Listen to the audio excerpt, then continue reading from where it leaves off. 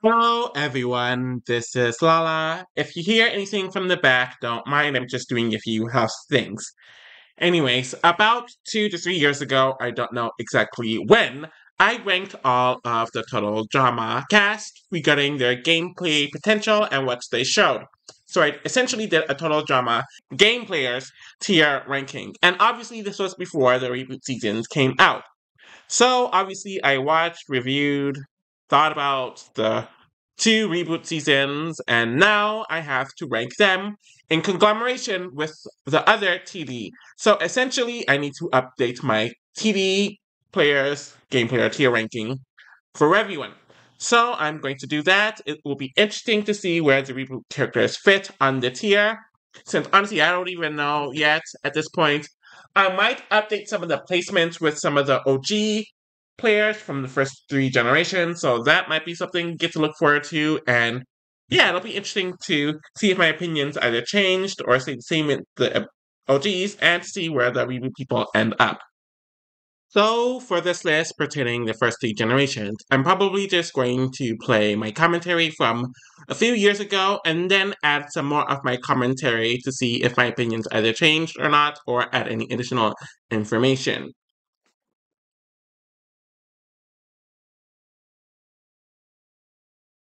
At 68 is Beardo from Pakatu Island. I mean, he didn't speak, though he could speak, but went out of his way to make noises and never helped out to overcome this, like B did. He was the first boot, was useless, didn't speak to people, and was only in one episode. 2024 commentary. So I was debating about moving him up a spot or two because he really did want to get to know the other contestants, but the fact is he didn't even attempt to talk to them and he performed really poorly in the challenge, where he essentially didn't do anything. So there's really no positives for me to not have him as last. At 67th is Ezekiel from Total Drama Island and World Tour. He was voted out first twice. I will say that in Island, he was relatively safe for most of it until his sexist comments, and we did see that he was useful in challenges to some degree. He did have some other social flaws in World Tour, and seemed like he tried to overcorrect his initial social flaws, so he made other flaws and then lost the challenge for team victory. 2024 commentary. While I do give Ezekiel some props for wanting to improve, he really didn't know how to, and he really didn't put too much effort to it. And he doesn't really have the capability of improving. That is why I am insistent on his placement here.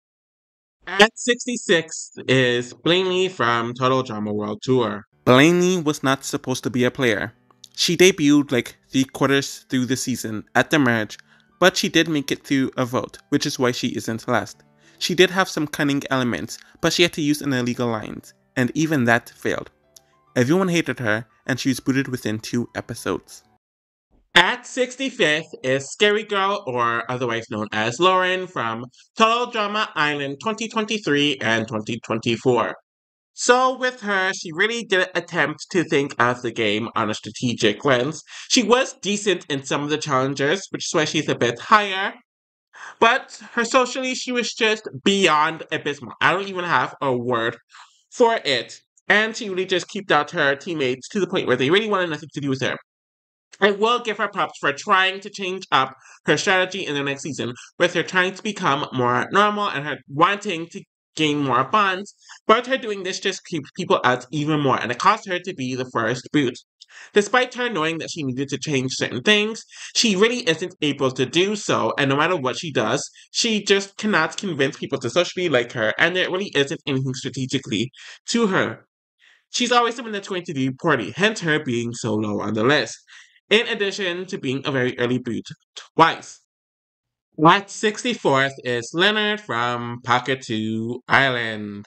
Leonard lost both challenges for his team in Pocket 2 Island, and was in the bottom 2 of the vote each time. He is not lower because he did survive a vote, he did have Stricker as an ally, and even Ella was positively receptive to him. Overall, he was useless, delusional, had no strategy, failed at being a leader, and everyone else hated him. 2024 commentary. He clearly had some sort of social pull, though it was with a few people who could be seen as delusional themselves. That's definitely more than what the people below him have, hence me putting him a bit higher here. But in general, everything I said earlier still applies. At 63rd is Stacy, and I'm just going to play my prior commentary on her here. So, most people would rank Stacy as last, and I mentioned it beforehand. She technically was not supposed to be the first boot. Her team won the challenge, so her boot was unfair in that sense. If the win remained, it would have been interesting to see how Stacy could navigate. Despite that, she only spoke to people about her alleged family, never cared to get to know anyone, had no strategy, and was generally useless. So the final two are very interchangeable in my opinion, and at 62nd is Dakota from Revenge of the Island. I put her higher because at least she survived a vote based on normal means, and she wasn't horrible in the first challenge, if I remember correctly. But she was not focused on the game at all, she did not care to get to know anyone, was obsessed with social media, and did horribly on the second challenge, while already being in the bottom two during the votes she survived. Of course, she did return in the middle of the season, tried to make friends, though she wasn't successful at it, but I will acknowledge that she would have made it to the merge if it wasn't for the idol, which is why I was considering putting her one spot higher than the person that I have at 61st, but she was lucky to return to begin with. And the final person in this tier at 61st is Eva from Total Drama Island. She's essentially the same as Dakota in many ways, with her also being the second boot, before coming back mid-game, getting booted in the same round, and then never doing another season again. One of the reasons why Eva is a bit higher is because she at least cared to play the game. Another reason is that she performed well in the challenges at least, which isn't something that Dakota had. And another thing that I didn't realize, or that gives Eva an advantage, is that she wasn't in the bottom two during the first vote, unlike Dakota. At the same time, she has a lot more anger issues and poor social skills in general, and while she recognizes that it's an issue, she clearly cannot improve it.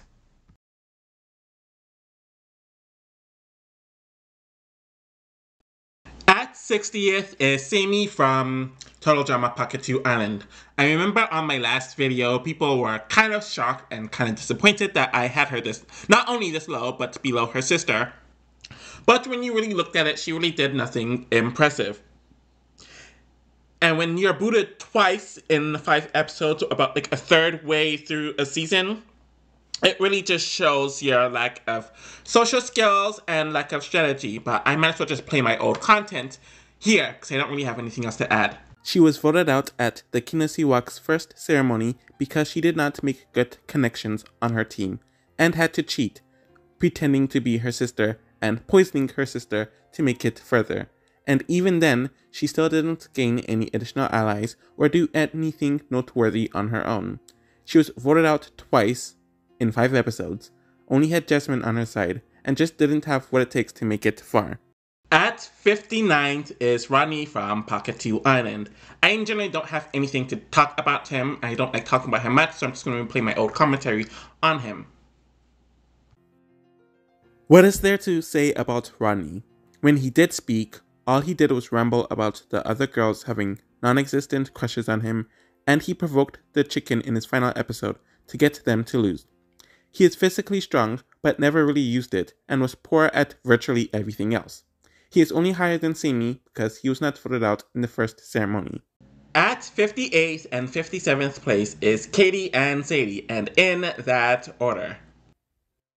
Katie is only higher because she made it through 2 votes on the Killer Bass and did really well in the Dodgeball Challenge. She's on this tier list because she made no allies outside of Sadie, which was a given since they knew each other beforehand, and she outright got them lost, which led to her boot, and the fact that she was booted over Sadie says volumes. Of course I had to rank Sadie higher than Katie, since she essentially made it to the halfway point of the season, roughly, and wasn't horrible on her own without Katie. She knew how to go under the radar, but that only goes so far when you have no allies, are bad at challenges, easily distracted, and not strategic. We never really see her grow into her own after Katie was booted, only competed once, and didn't do anything really good during her only season. At 56th is Axel from Total Drama Island 2023 and 2024. Clearly, her first rendition kind of gives me Eva from Total Drama Island, where she was way too aggressive. She wanted to be the leader. I guess that element's kind of like Joe, but she wasn't good at it at all. She refused to listen to anyone, and whatever potential strength that she had challenge-wise was circumvented by her abysmal social game. So that was her first one. Her second one was a bit better since she did come down significantly, so she was a decent contributor to whatever team she was on. She obviously had her relationship with Rapper, which was shocking, and she showed a softer side, but she didn't really use it toward her social game at all. And it got to the point where in the merge, she was kind of just isolated because it's just her and Ripper, and they beated her due to her presumably being the bigger threat. But overall, she got better, but there really isn't anything good here, and I still think she's pretty bad overall, hence her placement here. At 55th is Izzy, and she's just very self-explanatory, and I'm honestly kind of shocked that she's not lower, but I guess a few people either switched placement or some of the newbies kind of bumped her up a little bit. Anyways, I'm just going to replay my old commentary. Izzy would have been a lot lower on this list if it wasn't for World Tour. She was booted early in both Island and Action, and was allowed to return in both seasons, and even when she did return in those seasons, she did not do well.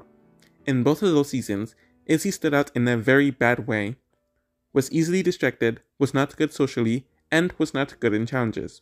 She was lucky to return in the first place, and the second place, I guess.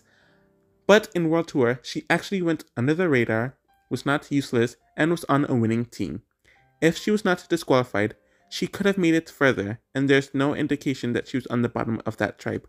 Her last season showed that she had some slight potential that saved her from being low. Okay, so 2024, me coming back now. The only example I remember of Izzy having some sort of strategic implementation or any type of intelligence in this regard is her alliance with Lindsay and Heather in Island, which came and went. If she really focused on the strategic elements, since it's canon that she's very, very, very smart, she could have done a lot better, but it's just the lack of focus in addition to all the social issues. And she's also very physically strong, but she never really puts that to use when it comes to the challenges either, so it's kind of just like a catch-22. At 54th place is Tyler from Total Drama Island and Total Drama World Tour. He is most definitely a bad player, despite a lot of the fans liking him. Obviously, his first season was just utterly terrible. Despite him being physically one of the strongest men on the team, he really was just physically weak. He was very clumsy, uncoordinated, and he often deterred from the team, especially in physical challenges, and even more so in the non-physical challenges. And he always wanted to be the leader, but he didn't know when to just fall back. And in addition to all of that, he just really wasn't smart either, so it's not like he was helping them in that element. He really wasn't close to anyone on his team, so he was doing very poorly socially, and his team was very mad that he had his relationship with Lindsay, who was on the other team, and I think all of that eventually just caused him to go home when he did. On World Tour, he did kind of improve somewhat when it comes to the physical elements, though he was still very clumsy and uncoordinated. He was a bit more helpful when it came to the team's winning streak, or not losing at times, though obviously he lost the final challenge for them. He was kind of just Alejandro's puppet, but he eventually revealed the kiss between Duncan and Gwen, and he was just very sloppy and wasn't really strategic at all, where he didn't really plan ahead, and he was blindsided when he was. In general, I just don't think he has what it takes to really be a good player, and while he improved somewhat, it really wasn't a whole lot to put him above the bad tier, so here he is. Okay, so I do have an additional comment to add that I made from my old video. I did talk about how Duncan's return kind of just screwed him over, since he was in a good spot during Team Chris's really, really, really hot, since obviously Owen and Noah were gunning after Alejandro. Alejandro was obviously gunning after them, and no one would have taken Tyler out, so Duncan returning kind of ruined things, and he would have made it farther had that not happened. But everything I said about Tyler is still pretty accurate. At 53rd is Noah from Total Drama Island and World Tour. Obviously, I'm not going to include his redonkulous race journey through this video since it's a different game and a completely different format, so yeah. And I didn't include it for Leonard, Jeff, or Owen, so why would I include it for him? Regarding his experience on Total Drama Island, it was horrible. Obviously, he wasn't notable during the first two challenges whatsoever, and his final challenge was where he absolutely refused to take part in the dodgeball challenge. And what's even worse is that if he took part in it, he most likely would have been safe that week, but he was just so insistent on being lazy and getting out of it, and he really just rubbed everyone the wrong way, where they all decided to keep Heather, the social pariah, over him, which says a lot. On World Tour, he was placed on Team Chris's really hot, where he became friends with Owen, though he kind of threw shade at Izzy, which was dumb, because if he had her on his side, he would have had the numbers on his side, but he never thought about that. He was okay in the challenges. He wasn't a liability, but he really wasn't good at them overall. He tried to go against Alejandro, but that didn't work out, and it caused him to be one of the few people, or the only person, to do more than one season and to never make it through a vote. But obviously, that was messy because he and Owen won the challenge, and Chris decided to change it last minute because he wanted Duncan to return. And he allowed Duncan to vote, where if that didn't happen, I doubt Noah went home. I doubt Noah would have went home during the round. But in general, he's just very complacent. Strategically, even though he's very smart, he really just doesn't put a lot of it into action until it's way too late, and he's not active when he should be. And he really isn't that strong or strong in any of the other elements. And being voted out the first chance you get on both seasons really is just horrendous. There's no way around it. At 52nd is Max from Pakatu Island, and I don't care to have any new commentary on him, so here is the playback. I believe Max is the worst player to ever make it to the merge. 1, he wasn't even supposed to make it there since he was voted out in episode 6, and his elimination was cancelled due to Ella for some reason. He irritated everyone on his team and was completely useless in most of the challenges. He focused on being evil and not even being a villain to advance in the game. While he was unlucky in his boot episode, he was lucky to have even made it that far to begin with. At 51st is Chase from Total Drama Island 2023 and 2024. He's definitely a weird one. He made it very far on his first season, where he made it to the final 6, if I remember correctly, and 3/4 of the season. He performed pretty solidly in the challenges, and while he wasn't a beast in them, he was rarely, if ever, a liability. And I think part of that had to do with his extremer, daredevil YouTube career, and he was physically fit. While he was very selfish and vain and obnoxious, he really didn't have a target on him, especially in the pre-merge. And we did see him get very close to the guys like Z and Ripper. Yeah, I think it was Ripper. And they are all pretty much together. And while there wasn't an alliance, or they didn't show that there was an alliance, it did show that he was able to make these bonds. Julia did decide to randomly target him during the match, which is pretty stupid. And then he did get into that grouping of Bowie and Emma, though that wasn't really due to anything he did. But of course, he kind of just blew it in the final 5 with his selfish personality really just being exposed. And then we move on to his next season, where he was out very early in the second boot, where Emma kind of just tricked him to get to the best camera angle, though he was literally being recorded doing a challenge, where he didn't end up doing the challenge, and of course, it caused the entire team to be pissed off at him, and they voted him out, and he took no accountability. And I think that's the issue for him, where I could have put him in the mediocre tier just based on his first season, but the fact that he didn't learn any of his flaws, or learn from his flaws in that season and double down on it, is why I had to put him in the top of the bad tier. And the final person in the bad tier is Bridget from Total Drama Island, Action, and World Tour.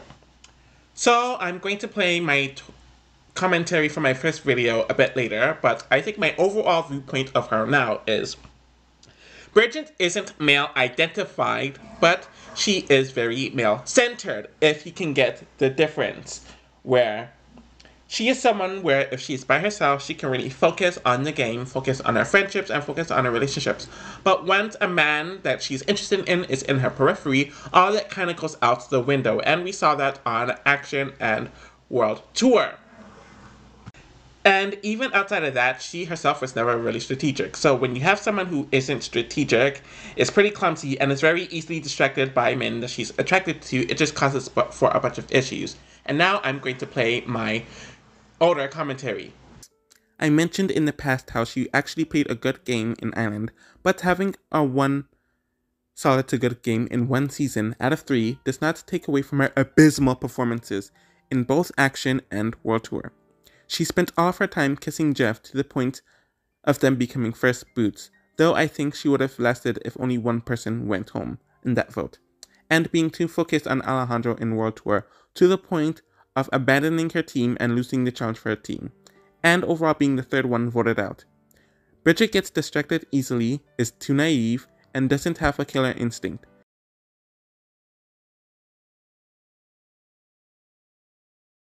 So the first person in this tier at 49th is Sam from Revenge of the Island and All Stars.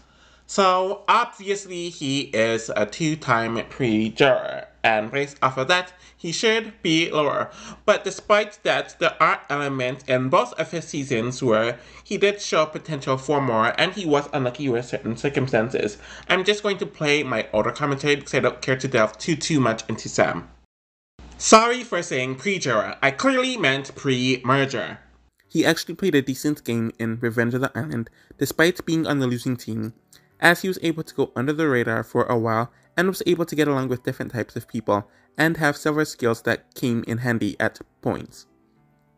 Of course, all that was washed away in All Stars, where he is completely useless, though he still gets along with everyone, and has a contrived elimination, where he, out of all people on the show who has cheated, was suddenly called out for cheating. Despite that, his skills in 2 seasons show that he has potential, but isn't a mediocre player at all. So here's some 2024 commentary. He made it through several votes on Revenge of the Island on his losing team, so that showed some good stuff. And even on All Stars, he was technically in a good spot for the entire time, up until that stupid contrived bullcrap that I already mentioned a few years ago came up. And without that, he probably would have made it further. At 48th is Amy from Pocket 2 Island. Clearly, we were not supposed to like her as a viewer watching the game, but when you look at her on the season and seeing how the cast reacts to her, I didn't really get the sense that she was disliked.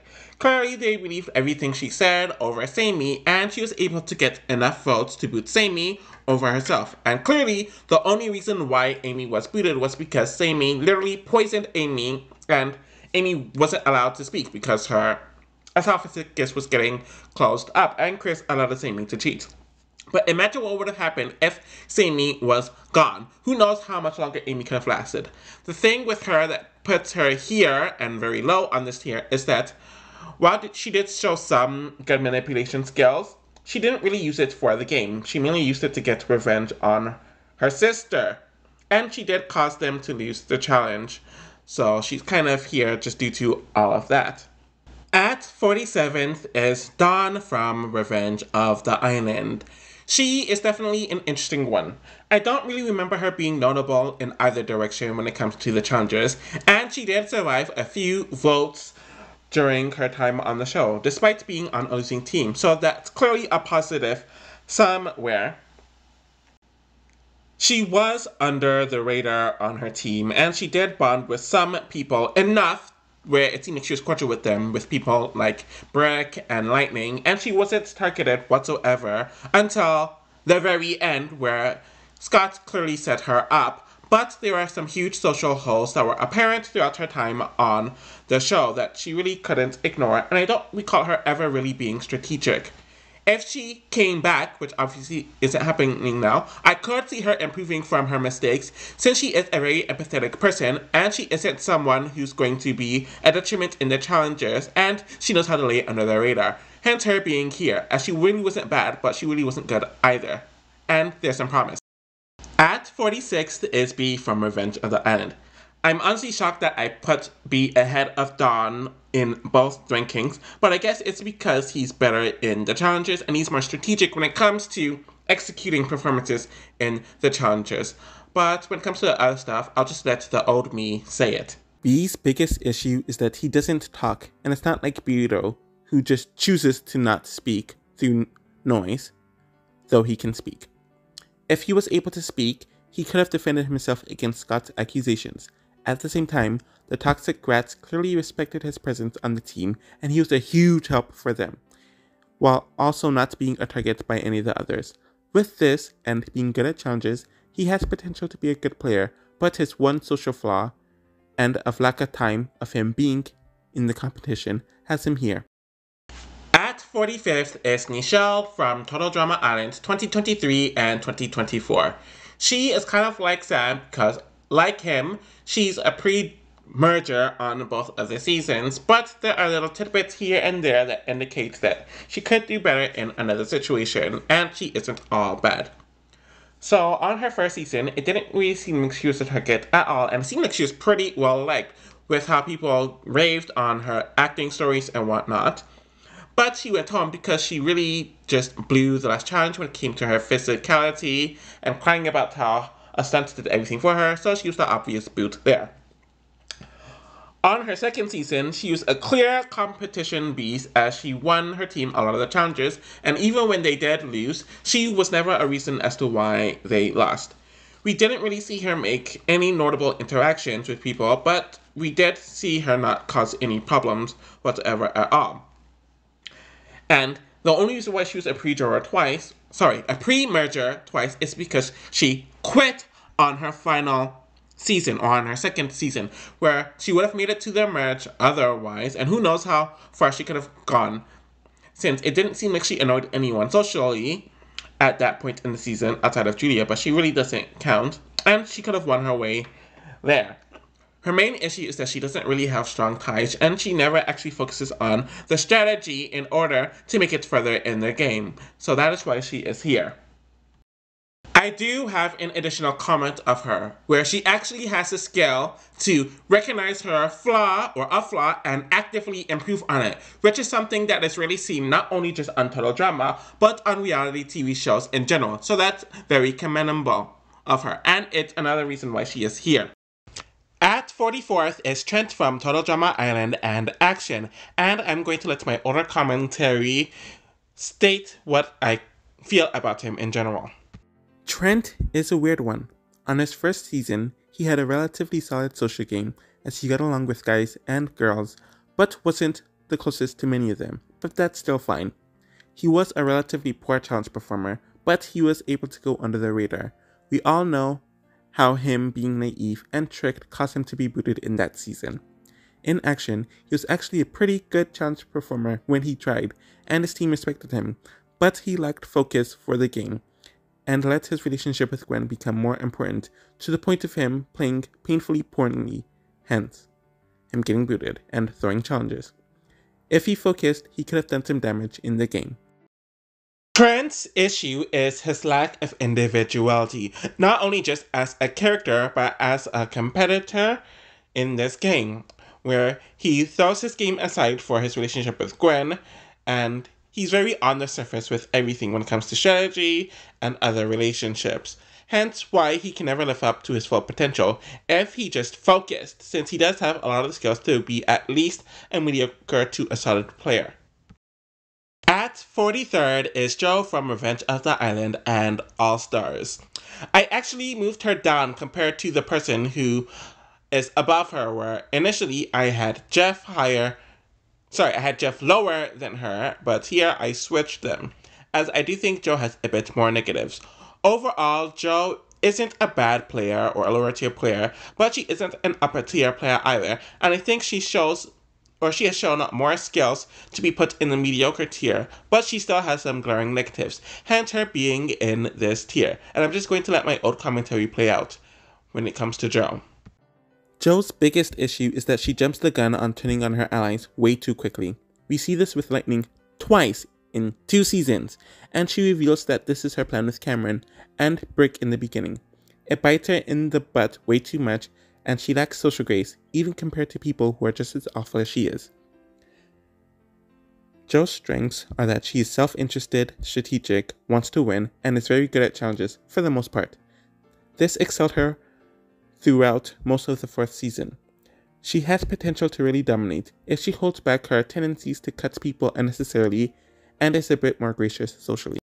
So it is 2024 me again, and another issue with Jo is that she tends to double and triple down on things that she clearly knows doesn't work, but she doesn't want to be seen as wrong, and she's obsessed with being a leader, but she's very mixed as a leader. There are instances on Revenge of the Island where she's actually a good leader, but on All Stars, she really isn't a good leader. But that might just be due to her being outclassed by the people on her team, or on that cast. At 42nd is Jeff from Total Drama Island and Action. Obviously, I'm not including the Ridiculous Race, as I do think that if I did, he would be higher. But in general, I do think Jeff has a lot more pros compared to Jo, where he's very agreeable, he's very social, he can be decent physically when he wants to be, and he can be a threat all around. He's just not the smartest when it comes to the strategy, but he's just less flawed in comparison to some of the others. And I do think he's not as individualistic. And if he was, he would be on one of the higher tiers. I'm going to refer to my old commentary.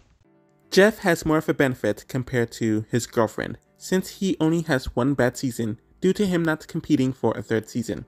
He played pretty well strategically and socially for the most of the island, though I've seen and already discussed how he booed in the last few episodes during that season. Whatever strengths he did have in his 1st season were withered in his 2nd season, as all he did was suck face with Bridget, and it caused him to be the first boot right along with her. He's a clear example of someone with potential if they focus properly. At 41st is Harold, and he is all over the place. He is skilled in many areas, which is why he isn't in the bottom 2 tiers.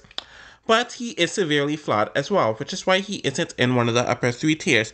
But at the same time, I don't think he is mediocre, so he's kind of just in the top of this tier, due to him having more experience and being so wide-ranging on both elements. Harold is someone who is pretty bad or pretty good. There's really no in-between for him, and he's never been a mediocre player, but never been someone who is overall great or horrible, hence his placement here. He was pretty good at challenges in the 1st season, and is proven to be crafty, but his lack of social skills and arrogance at times overshadow that. His skills are already shown throughout Action, as he is able to tone down his more annoying traits, do well in challenges, and take more part in the strategy of the season, though some of his choices were still very questionable. There was nothing good about his World Tour game, and even if he didn't quit, I doubt he would have lasted much longer. He is also someone who is kind of just stuck on his ways, and when he is able to make a strategic choice, or whenever he has agency, he doesn't always make the best ones, like voting out Lashana at the merge of Action being the most prime example, in my opinion. At 40th is Lindsay from Total Drama Island, Action, World Tour, and All Stars. She is someone who I've always found very inconsistent. Even while I was watching all of her seasons while I was recapping them, there are a lot of positives and a lot of negatives, but I couldn't really pin her in a mediocre tier or in any of the upper or lower tiers overall, though I do think she did regress in her final season, especially, but I'm going to refer to my old commentary. I have never been high on Lindsay as a game player. Even in the 2 seasons that she did well on, there were several flaws. Lindsay found herself as a target over Heather at times for the first portion of Island, and was way too naive for her own good, though she was good at challenges and people liked her for the most part. Action did have her take control of the strategy, and while she did play good, she needed some luck, and the strategy rarely worked out in her favor. She actually played a lot better in World Tour, socially and physically, but she just did not have luck on her side that season at all, and the less said about All Stars, the better. Lindsay has a lot of skills, but a lot of flaws, so she is all over the place. At 39th is Emma from Total Drama Islands 2023 and 2024. She is definitely, I don't want to say a weird one or a confusing one, but it's kind of a perplexing one. On paper, especially on her first season, it seemed like she had the makings of being an upper tier player. She was good in competitions, she was social enough with everyone, she knew how to pick her allies as she was working with boys with the season and working with Chase at various points and times as well. And she is one of the more adaptable ones in the season. At the same time, she definitely got too boy focused and she lacked individuality. So when the whole Chase thing happened and when Boy turned on her due to her own actions of being mad at him for the whole Chase stuff, her game really derailed and she really didn't know how to adapt. On her second season, she really was all alone and she talked about not having alliances throughout her short time on the season, and she was almost bragging about it, though she was in alliances on her first season, and it just showed that she was very passive during the season, and they kind of tried to trick her into winning the challenge for them since her natural skill sets weren't good, and then she became easy pickings. In general, Emma, like quite a few other people, lacked individuality as a character, and because of that, the writers don't really know what to do with her, and because Emma doesn't really have much individuality, it causes her to not really focus much on the game or to do the right things, despite her having a lot of the skill sets that will cause for a good player to be had on the show.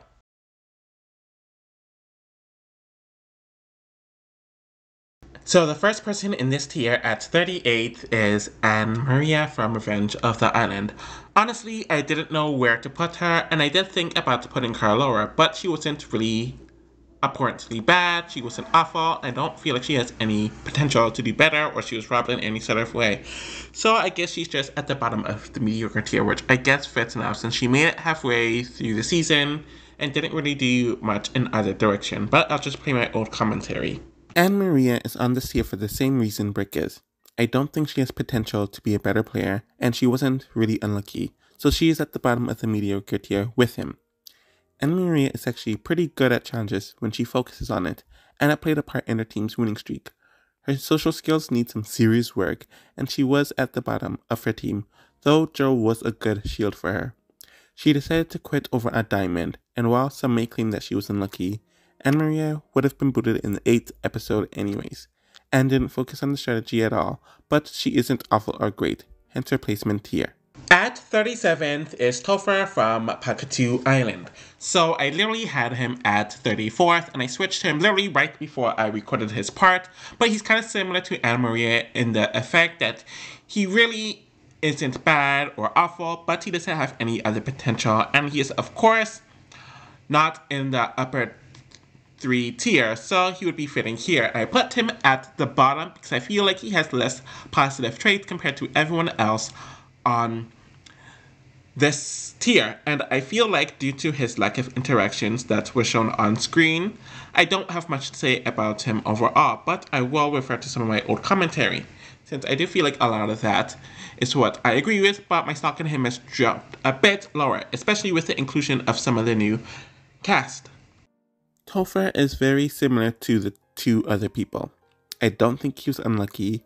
I don't think he has potential to show more than what he did.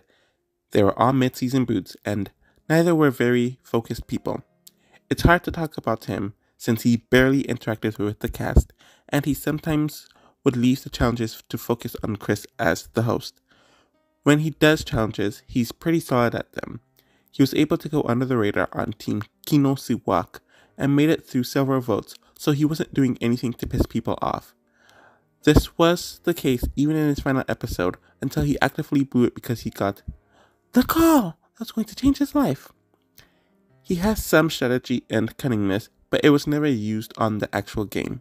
At 36th is Brick from Revenge of the Island. So he was initially lower than Anne Maria on my old list, if I remember correctly, but I put him above her and Topher because I feel like he has more positives than they do, and I do feel like they have more negatives than he does. And in general, we have more information on Brick.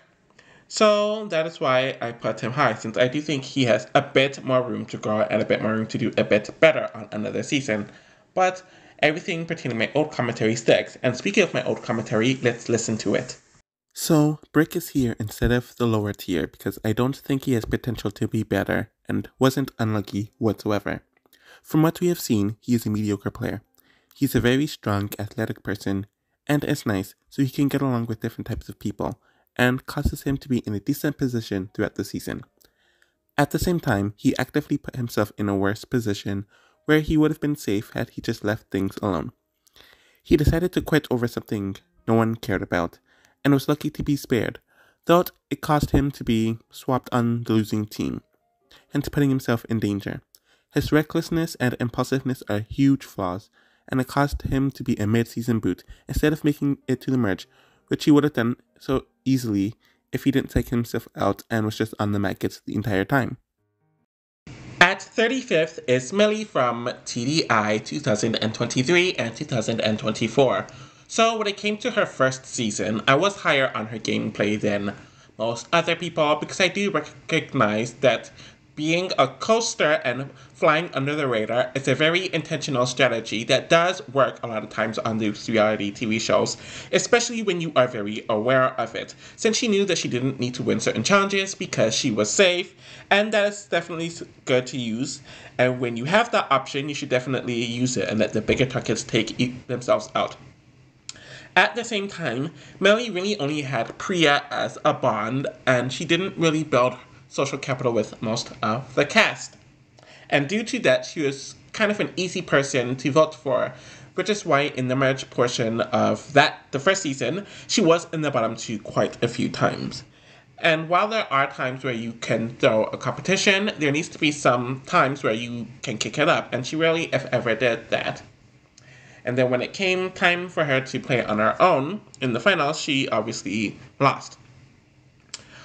What really bumped her down was her second season, where, okay, she definitely had a flawed first season, though she was definitely intentional with her strategy, but in order to be a better player, you learn from your flaws while you keep what made yourself good.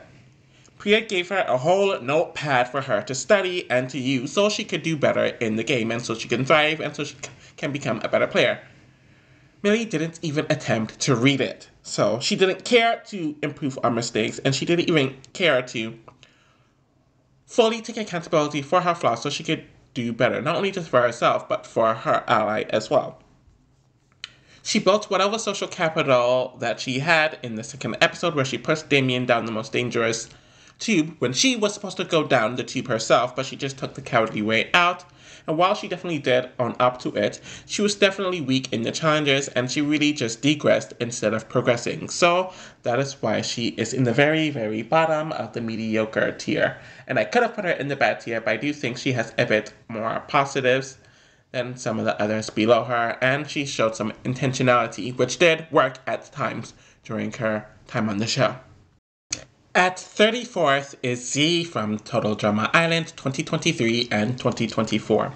The thing with Z is that he almost always ends up in a good position during the mid part of the season, and that's something that a lot of players, even some of the great ones, don't find themselves in, and he does it more than once. The issue with Z is that none of it is very intentional at all. And due to the fact that it isn't intentional, he doesn't realize what a blessing he has to be in these great positions. And because he wasn't intentional with anything, he ends up screwing it up. So Z is someone who will most likely always make it to the merge. He's very calm, he's very even-keeled, he does have some skills that can help with challenges, so he's never really a liability on average. And he is someone that you want to get along with, someone who you want to be around with, and he's someone who isn't a threat, but he's not a liability. So due to that, he's generally always going to make it through the pre-merge, and we saw that on both seasons. On his first season, he was directly in the middle on a Final 7 vote when there were two direct sides of the house, and they all wanted his vote. This is a goldmine position, but he ended up screwing it up because he was sloppy with his play. He wasn't even trying to play the game. He revealed way too many secrets, and it caused him to be sent home. I will say that his game on the second season was a bit sloppier since he was doing a bit more poorly on the challenges, and I do think that he would have been voted out had Nichelle not quit, so he was kind of spared there. But he was still in a decent position entering the merge. He still had a few allies, people weren't targeting him.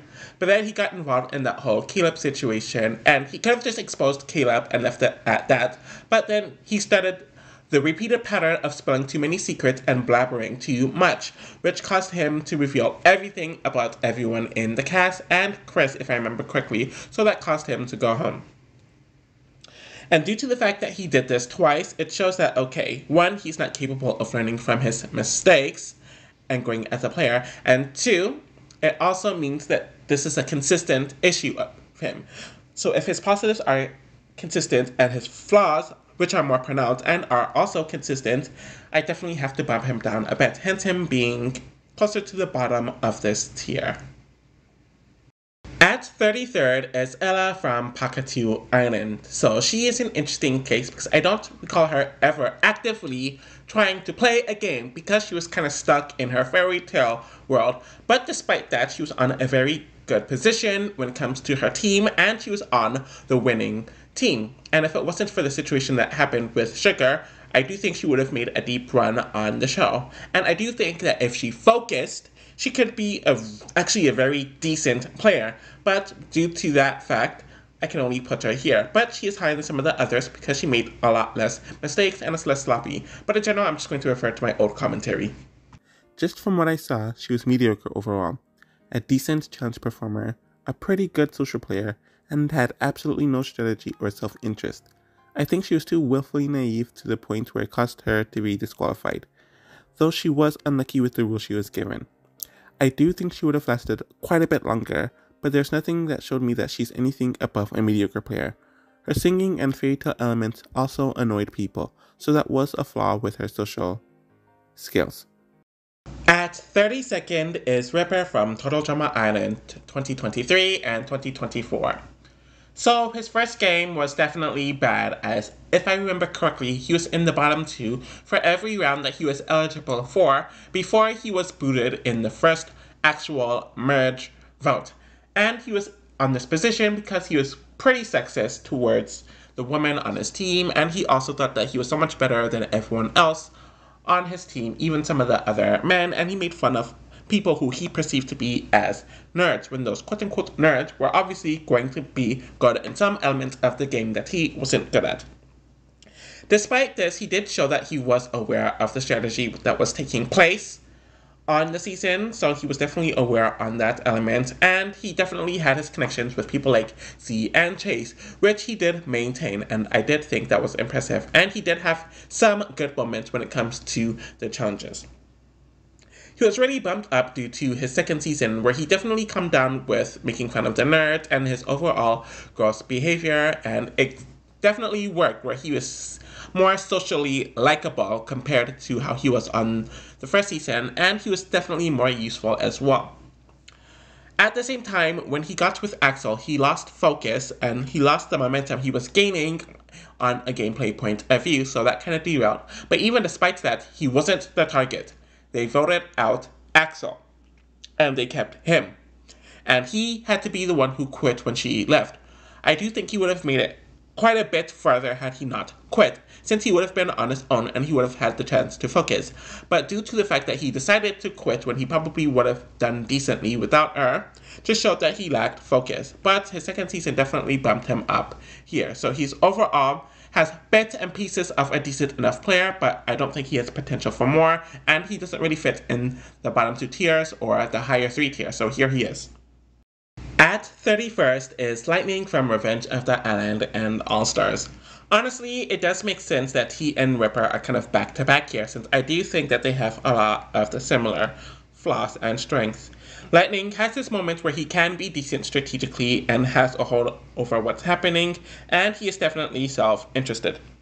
At the same time, he is cocky, he is arrogant, he does downplay his competitors, and he tends to underestimate them, which does backfire against him.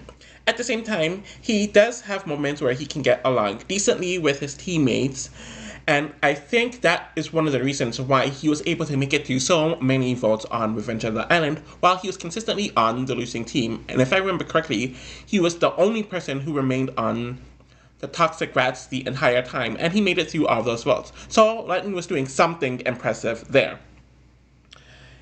In general, I'm just going to refer to my old commentary about him since it still kind of applies. But him being next to Ripper kind of makes sense. Lightning isn't as bad as some people think he is, but he's definitely one of the weaker people to make it to the final two in Total Drama history. Lightning is another weird one, where he has one great season and one bad season, but when you look at everything, he's just mediocre overall. His social game is all over the place, and it was actually pretty solid for most of Season 4, though it deteriorated later on and it was non-existent on All-Stars. He did have some strategic elements that were used very well in the season, though none of that existed in All-Stars. He is a good challenge performer, though isn't the best of the best. Lightning has some of the skills in every level to do well, but is too egotistical to make it work as well as he should have it work, and it's just very dumb overall. He's higher than some others like Joe and Lindsay because he didn't need a lot of luck like they did to advance, and didn't make as poor decisions over time on the show compared to them. At 30th is DJ from Total Drama Island, Action, and World Tour. On paper, DJ should be one of the best players ever. He is arguably the most physically fit guy on Total Drama history, especially within the first generation, and he's also the tallest, and that was one of the reasons why he was cast. He was very likable and sociable, to the point where even the antagonists like him and don't have anything against him. So he should be able to just slide by based on his social game, and people do want to work with him. But things never really come together for DJ. On Island, he was on the Killer Bass where he had close relationships with Jeff and Duncan, and they were obviously going to protect him, and the other members of the team liked him too, and he was performing pretty strong on some of the challenges as well, though he definitely let his paranoia get to him at certain points. He enters the merge and he is no one's enemy, everyone likes him, he isn't a threat and he isn't a target. He could have just coasted on by to the very, very end. But he ended up going because he was too scared due to that challenge with the scary person. So that caused him to be eliminated. And if that didn't happen, he could have made it at least to the final 6. Maybe he would have been booted for the same reason Jeff was, but he could have been an endgamer there. In general, he did let his paranoia get to him, but it wasn't a huge issue and he still had a lot of positives. On Action, he got into an illegal alliance with Chef Hatchet, who pretty much forced him to be on it, but DJ was on a winning team. They all liked him on the team, and they all valued him as well. Even when DJ was quitting, no one wanted him to actually quit. They all wanted him to stay. So if he didn't quit and felt guilt over the chef situation, he literally could have just coasted on by. He was on a team that was consistently winning. He could have made it to the merge. No one was targeting him. He could have had his allies like Duncan and a few other people, and things would have been great. World Tour is definitely where I docked him because all of his faults just amplified here, and he was in the bottom 2 at every single round. And while it should be impressive that he stayed and made it through all of those rounds, he was actively trying to go home. So it really wasn't of any good work. He did show some prowess in his final few episodes on a challenge performance, but he let his paranoia and Alejandro's trickery get to him. DJ just lacks focus and the killer instinct, and the fact that he got worse over the 3 seasons has me feeling worse about him overall. At 29th is Rod from Total Drama Island 2023 and 2024. He's definitely a weird one to talk about, and that is because he is so tied to Wayne and to a lesser extent Bowie, where it's kind of hard to analyze him on his own. It'd be one thing if he was a one-season wonder like a Kitty and a Sadie, but the fact that he was on 2 seasons and he wasn't an early boot in either of them definitely makes this more frustrating. He was a good teammate on the first season where he helped them win quite a bit of the challenges.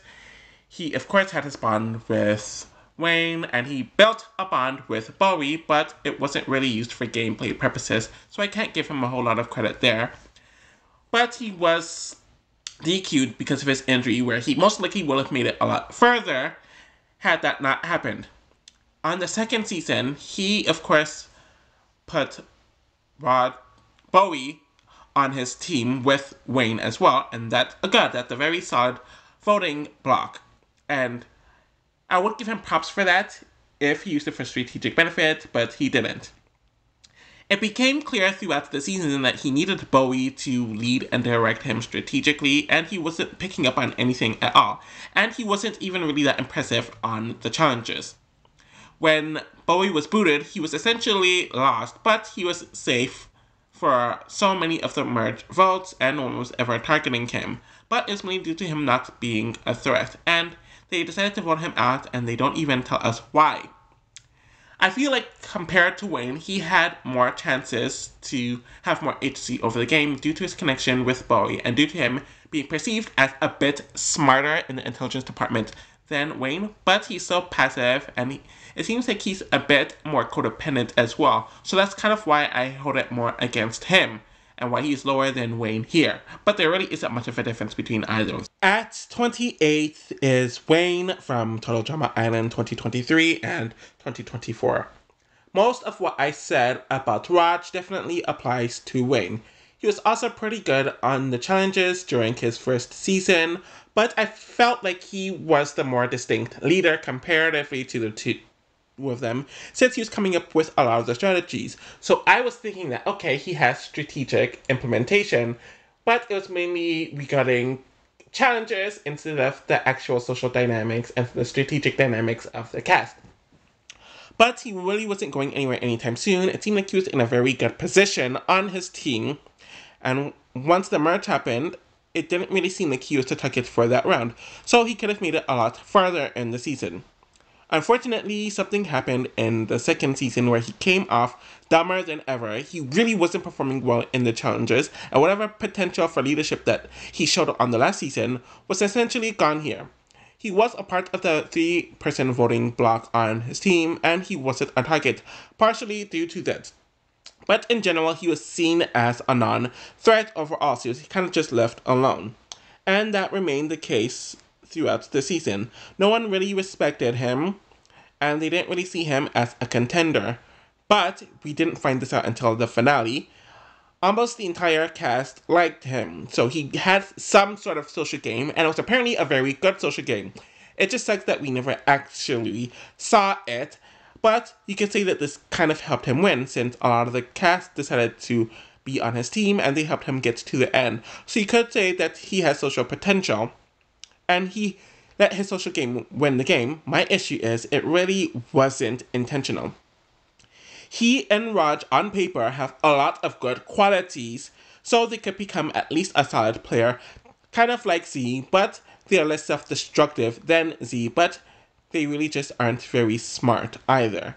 So I guess that's the distinction between the three of them and why he is here. But I feel like he had less chances to do more, and he had a lower ceiling compared to Raj, who had a high ceiling but kept on screwing it up. So that's why Wayne is higher. At 27th, and the final person in the mediocre tier, is Heather from Total Drama Island, Action, World Tour, and All Stars. So I have made it abundantly clear that I don't think she's a good player at all. And that's mainly due to her horrendous social game, where she actively went out of her way to piss people off on her first season.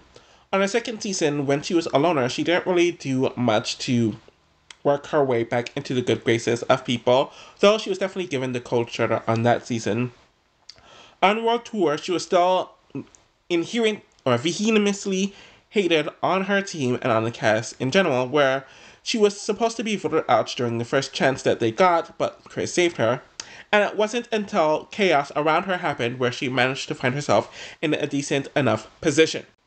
And then on All Stars, she blended in a bit more because she was on a team full of villains and they all did bad things. Her strategy is definitely inconsistent due to her horrendous social game, and some of the so-called strategic things that she's claimed of doing really weren't strategic at all. So that is why she is here, but I'm going to refer to my old commentary. So Heather is supposed to be one of the greatest players on the show, and I have broken down in prior videos that in the seasons she makes so far, it is mainly due to producer influence, luck, conveniences, and plot armor instead of her own skills. She is awful socially, though she has learned when to tone it down at times, is very strategic, but sometimes lets her emotions get the best of her, and is great at challenges. She needed a lot of luck to get her to the end stretches in the Island and World Tour, while she even needed a little luck in action to make it through the beginning. All Stars is her worst performing season, but it was the only one where she didn't benefit from luck. She has a lot of good skills, but her ego and emotions tend to get the best of her, and without luck on her side and conveniences, she's just a mediocre player overall.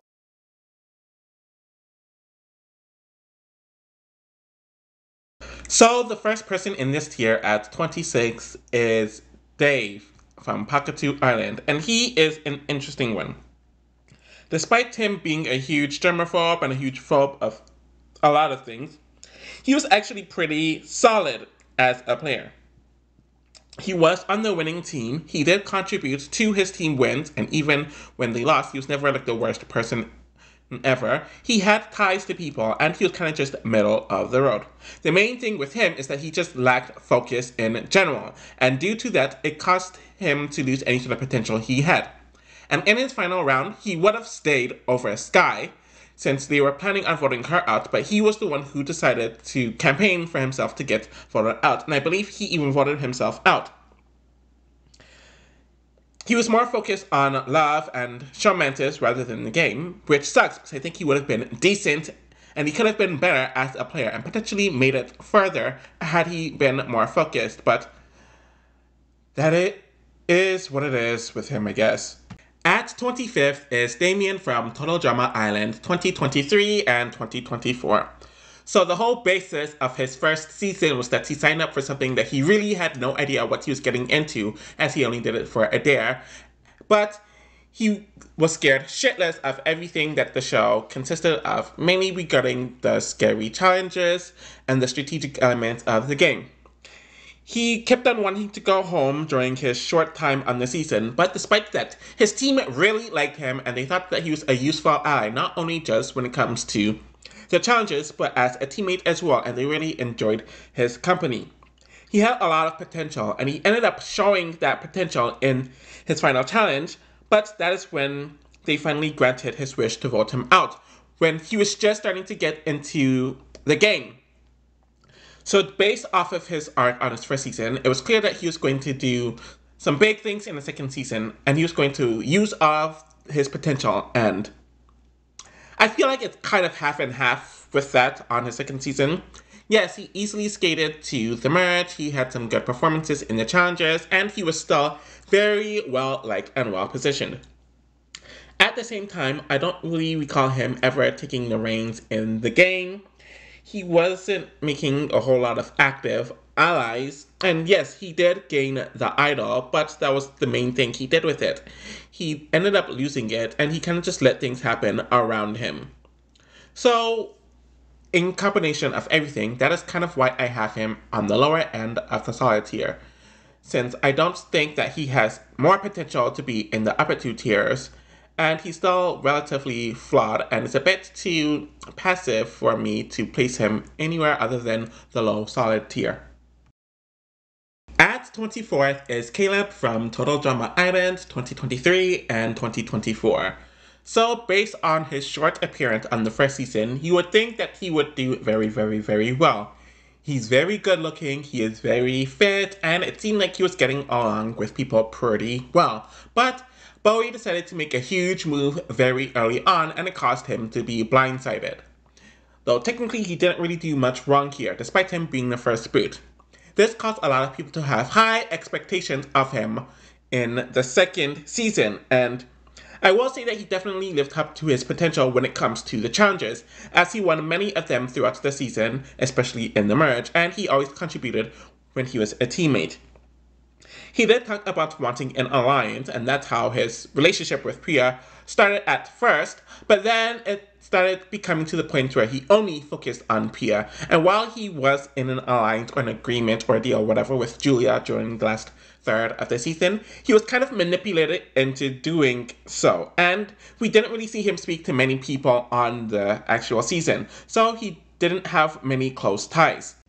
Overall, I do think that he is someone who has a basic enough understanding of strategy, which is better than many others on Total Drama, but he doesn't see things in a multifaceted way, and he definitely gets scatterbrained at times when it comes to his morals and winning when to make cutthroat moves and when not to, when to hold his word and when not to. So that's why all this is kind of why he's in the lower end of the solid tier. At 23rd is Justin from Total Drama Island and Action. It is very fitting that he and Caleb are right next to one another, as I do think that they have similar trajectories on the show. Justin is also someone who enamored everyone around him with his looks. He seemed like he was getting along fine enough with people despite him being silent, and it seemed like he was going to coast through the game. But it wasn't until Heather pulled a big move to get rid of him in a very close vote, since she needed to save her own hide. It seemed like after this happened, Justin realized that he needed to be more vocal and he needed to take the game seriously if he was ever to have another chance. Which is where Action comes in, where he definitely used his looks to his advantage a lot more, especially with Lindsay and Beth, and even with some of the other women whenever it was convenient. He was actually very well positioned on the Killer Grips team, which we saw, and he even had a good relationship with Owen too. So he was definitely in that power structure of the team, and he was pretty much safe for most of it. The issue is their team kept on losing, so him having control over the team only shows so much, and it also kind of means that he wasn't the best in challenges. Especially when Caleb was good in challenges. He definitely lost his focus during the latter part of his action run, where once he felt like he lost his looks, he didn't really have any other strategies that he came up with. Of course, he was a part of the Lashana blindside, but it seemed like he lost focus after that, and things kind of fell apart for him since he lost Lindsay and Beth, and he was tricked by Courtney. He is nowhere near on the level of the other antagonists or the other good players, but I do think he has enough to be a solid player, and I do think he is more intentional with his strategy and execution compared to Caleb, hence why I put him above Caleb. At 22nd is MK from Total Drama Island 2023 and 2024. One thing that I really like about MK as a player is that she is very self-aware, not only just about what's happening in general, but about herself regarding her strengths as a player and her weaknesses as a player. Her biggest strength is that she is very strategic, so she knows what people are doing, she can read through people very well, and she knows that she isn't the strongest, she isn't the most social, and she isn't the most athletic, and she isn't the weakest either. So her plan is to be very mediocre and cunning. So she was very intentional with being in the middle performance-wise, so her being too weak wasn't a reason for her to get targeted, and her being too strong also wasn't a reason for her to be targeted, since we've seen on many of these reality shows, some people are taken out because they're too strong, and others are taken out because she's too weak. I think MK's issue is that her social game really came to bite her in the butt. And even though she was safe for a lot of her final round, Julia just simply outplayed her and MK was set up. Though she didn't help herself with how cunning she was with connecting her phone to watch people's confessionals and all of that. On her second season, we did see her and Julia create not only just a strong allegiance, but a strong friendship. So it does show that MK can improve socially, and this partnership really did wonders for her in the game.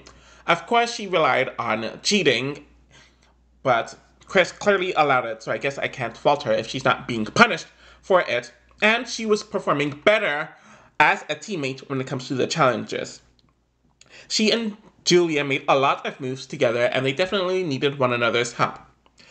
Things with MK fell apart because she campaigned a lot for Julia to get booted, where Julia feigned innocence, and that caused people to realize how shady MK can be. But I did see a lot of improvement on her second season, and I do think that she has the awareness to improve even more on the third season.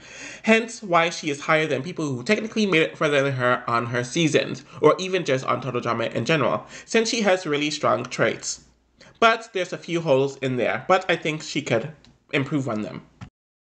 Just missing the top 20 at 21st is Mike from Revenge of the Island and All Stars. I was about to say Revenge of the All-Stars. Anyways, Mike is someone who is very hard to talk about since his personalities make up a large part of his screen time and his identity. And I noticed that when it comes to the challenge on both of his seasons, it's mainly the personalities who come out to help him win. And obviously, this took part, especially with the mutant Megas, who went on a winning streak, and especially Svetlana was a huge part in that, instead of Mike. You could say that Mike weaponized his personality so they could perform, so you might be able to give him credit for that. Due to him being on a winning team, he never really had to plot about who to vote out. But we did see in the merge, or in the last few episodes before the merge, that he was starting to catch on to Scott, and he wanted to get rid of him. But ultimately, Mike's plan was thwarted because Scott had the idol, and he was tricked into working with Scott due to the secret, and that caused him to be booted. But you could say that the final 6 round was such a circumstantial situation where the winner has to sole vote to boot someone, where if that doesn't happen, Mike probably makes it further. On All Stars, he was on a team with Zoe and Cameron, so obviously that's a voting block there. I could say that Sam would have voted with them too. It seemed like he was in a very good position on the Heroes team, so he was gonna march through the season as well. But he was taken out over Mal throughout the second half of the game, meaning Mike was missing half of the season, and we really don't know what the heck he would have done. And because he was inactive for the second half of the season, I can't give him any credit for any of that.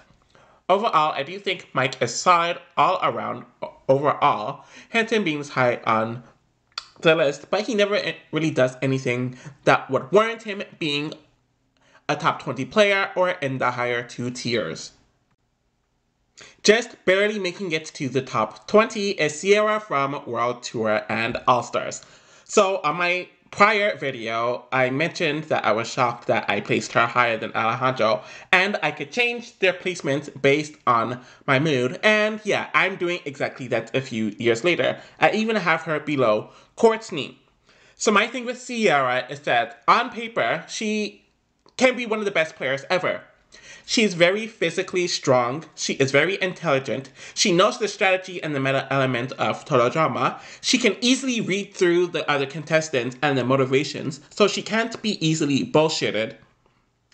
And when you really look at her teams on her seasons, she actually can blend in with them very well, despite her very odd personality.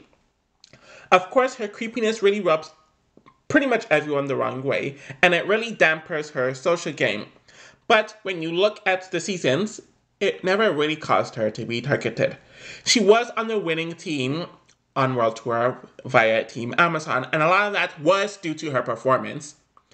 And then in the merge, she was kind of used to vote a certain way a few times here and there. She was going to be voted out in the first round of the Final Four, but she needed to be spared, and I think that's because they saw her as a bigger threat over Cody. And then, when she actually went on World Tour, it was because she accidentally blew up Chris's plane. So you could kind of see that those canceled one another out. Sierra completely lost focus on the game as she focused on Kim Cody, which was really a shame, and she also lost her challenge ability that she had on World Tour, so she got a lot weaker, and that really wasn't impressive, and she only kind of just doubled down on her flaws. I will say that she was screwed in our final episode, because this is the only scenario where the other team gets to vote out someone, and if it was a normal vote with her team voting in that round, I think she stays. But in general, I think she's way too flawed and she only got worse. So here she is. At 19th is Courtney from Total Drama Island, Action, World Tour, and All Stars. So Courtney took it upon herself to be the leader of her team, which was very inconsistent at best, as she had the positionality where she could be the leader since she had a few votes in her favor. But when it comes to actually leading the team, she wasn't very good at it, and she didn't really do well in the challenges on average, which caused her to be in the bottom 2 quite a few times. But when she went home, she was definitely screwed out of it since she was not in danger at all, and under normal circumstances, Harold would have been voted out as he had the most votes and Chris allowed him to cheat. On Action, she did correct her prior performance when it comes to the challenge aspect, where she was brilliant in the challenges. At the same time, that was all she had, since she needed all of those immunities to make it as far as she did, despite debuting halfway, because she was so intolerable and absolutely no one liked her. She did make a few moves like help the Lashana blindside and tricking Justin, but in general, she only had challenges and she threatened to unwind. That was it. I do think her following 2 seasons in World Tour and Action were definitely a bit more balanced. It seemed like she was contributing well enough on World Tour as a challenger. She was in a decent position since Heather was the main target for the first half of the season. And even then, Sierra would have targeted Gwen afterwards. Of course, it wasn't until Ducking came back where she completely screwed her game, where she got very emotional, and it seemed like Gwen would have went home first, but she was insistent on throwing challenges, which caused her target to be put on her, and she needed a tiebreaker to stay. Even after Gwen stayed, she was still a huge target, and she did herself absolutely no favors, where she went soon afterwards. On All-Stars, I do think she played a fine enough game, though she was on the bottom of the villains team. Sorry, on the heroes team, and I do think she would have been voted out had that switch not happened. She was in a great position with having Scott and Gwen as allies while not being the most threatening person around, especially in the latter half of the season, but Mal's foolishness and Courtney's tendency to self-destruct caused her to be booted in the way that she was on All-Stars, and this tends to be a consistent thing with Courtney. When she has the balance of her first seasons, for the most part, she can do well, which we saw in her third and fourth seasons, but her tendency to self-sabotage is just horrendous. At 18th is Alejandro from World Tour and All-Stars. He is one of those players on competitive reality TV that has one brilliant season and has a very disappointing follow-up season or follow-up seasons. On World Tour, he definitely had the benefit of no one knowing who he was, so he was able to feign an innocent persona where people would think that he's this nice guy that means well, causing him to plant certain seeds, and he definitely manipulated his way throughout the season. He's also very skilled at many different things, causing him to do well in many different challenges, and he was able to cheat whenever he felt like doing so. He was a master manipulator, and he maneuvered very well in the game, where I think his performance in World Tour is probably the best performance in Total Drama history. The issue with him is that was based on no one knowing who he was, and once everyone knew who he was, we saw in All-Stars that nothing he did really worked.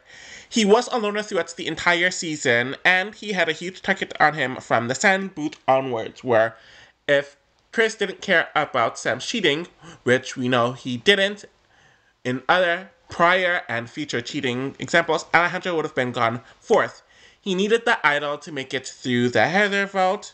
He had to win the final pre-merge challenge, he had to win the merge challenge, and the only reason why he wasn't booted at the final 7 was because of Cameron being forced to DQ. So he was making it through based off of nothing in his second season, and it's a truly bad season.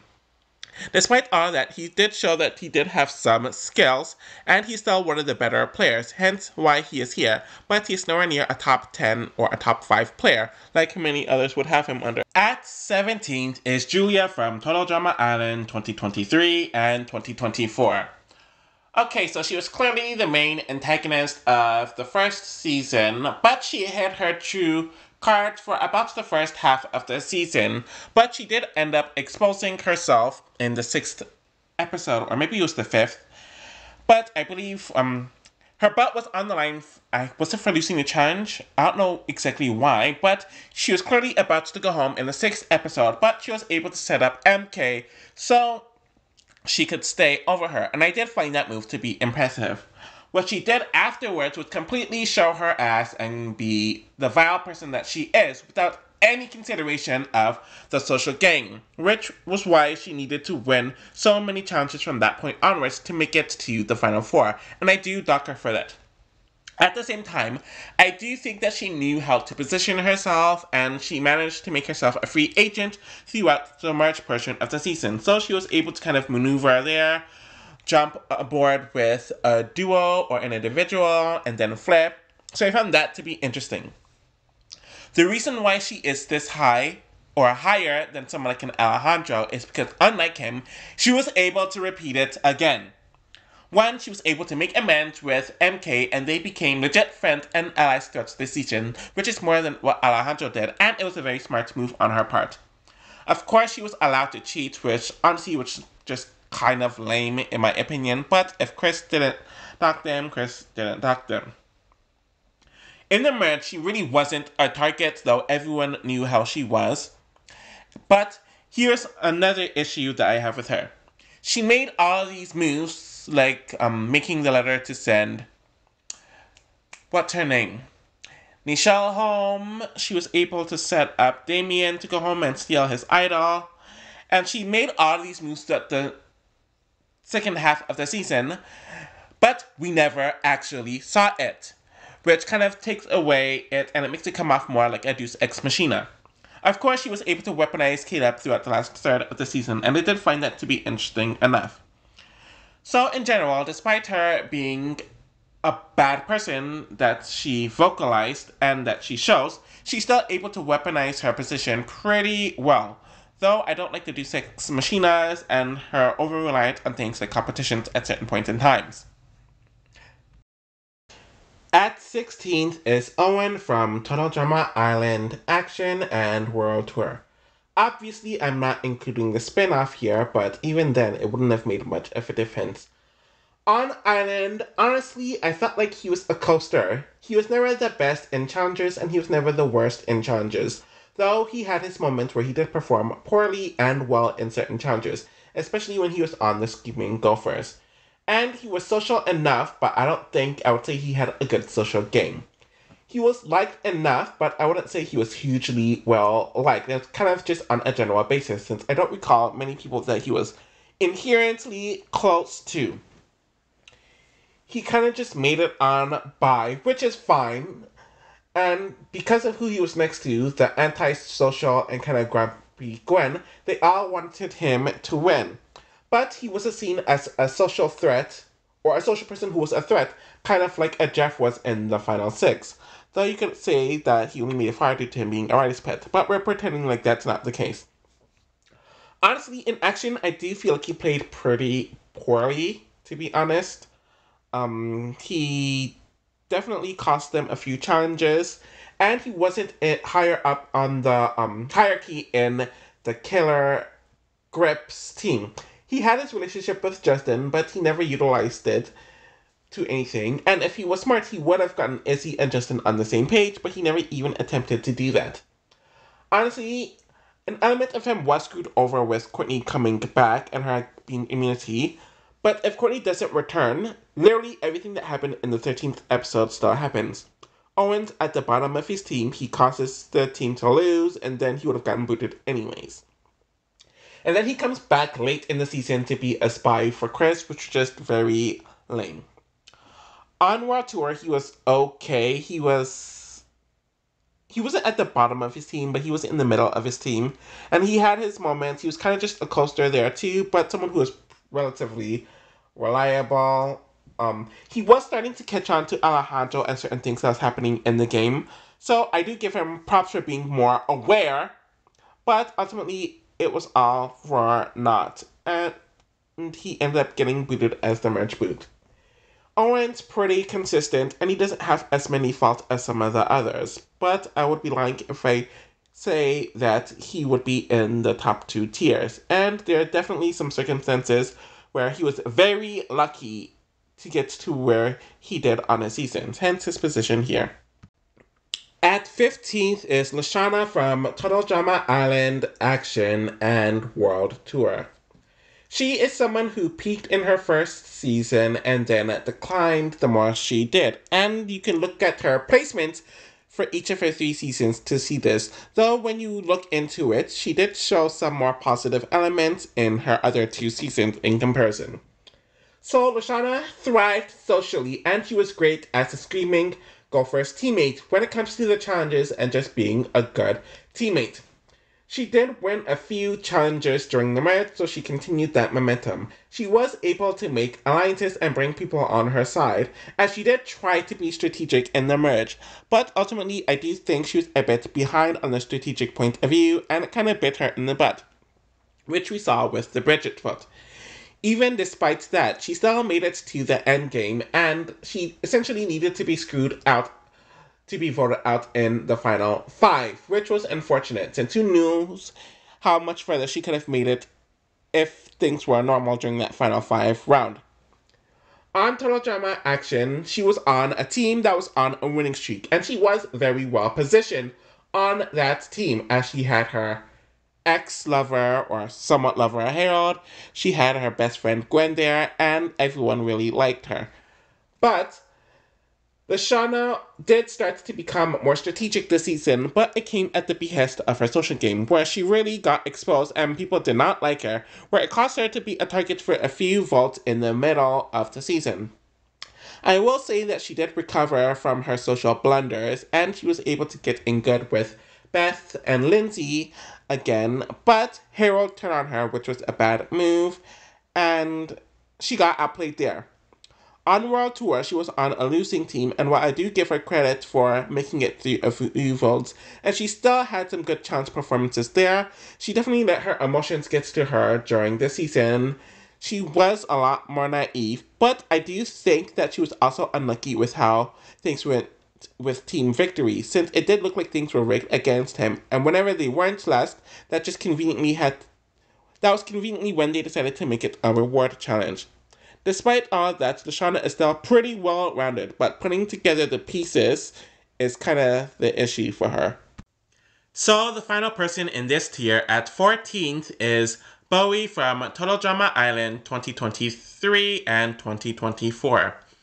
I do think that he knew the balance of being under the radar and when to make a big move, which is something that a lot of Total Drama villains tend to struggle with. And even Total Drama contestants in general, because some of them are too under the radar, and others are too big move-itis.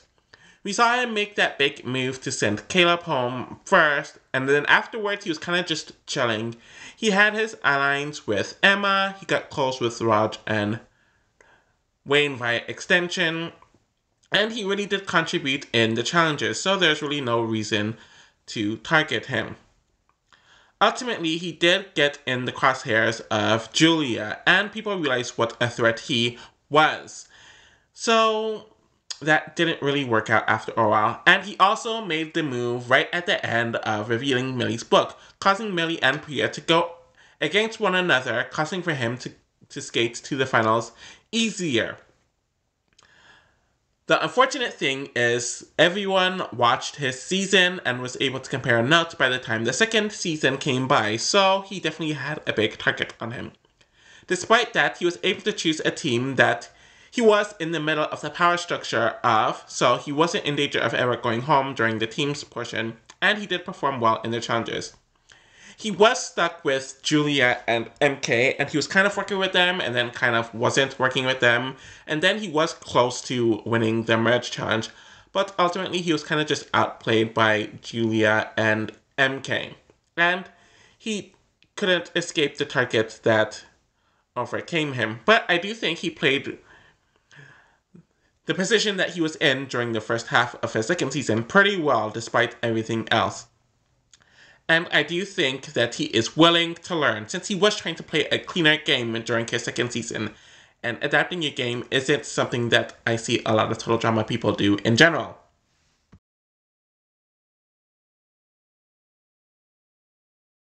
At 13th is Sugar from Pakatu Island.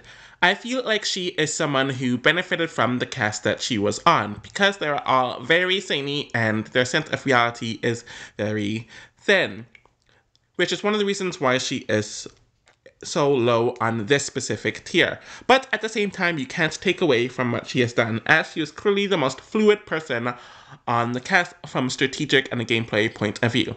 In general, I'm just going to refer to my old commentary pertaining her. Sugar is definitely a good player. She is surprisingly good at challenges, does have some strategic acumen, never finds herself to be a target throughout the season, and is very self-interested. She was on the winning tribe for the most part and knew how to position herself well. I will say that Sugar loses focus in the last 2 episodes, with turning on Sky pointlessly and needing some luck to spare herself from getting booted in the final 4. Despite this, and her harsh at best social game, Sugar clearly has a lot of skills from her one season. At 12th is Sky from Pakatu Island. She has all of the skills to be one of the best players ever, and by one of the best I mean in the greats tier. She is very strong physically, she is very level-headed, she's a very good teammate, and she can be strategic when she wants to. But for some reason, it all just doesn't come together very well. Or at least to the expectations that you would expect from her, and she gets sloppy at times as well.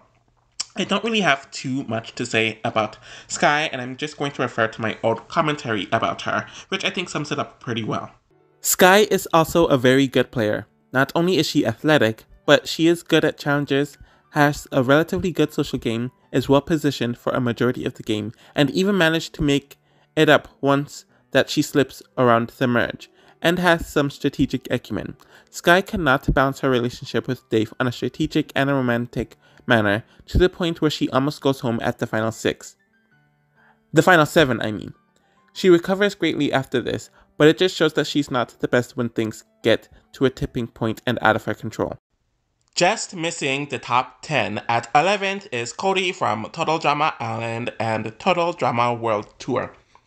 One thing that I will say about Cody is that he is very good with positionality. On the Screaming Gophers, he was pretty much set up perfectly on that team. He had his few friends on the team, no one was targeting him, and he wasn't causing any active conflict.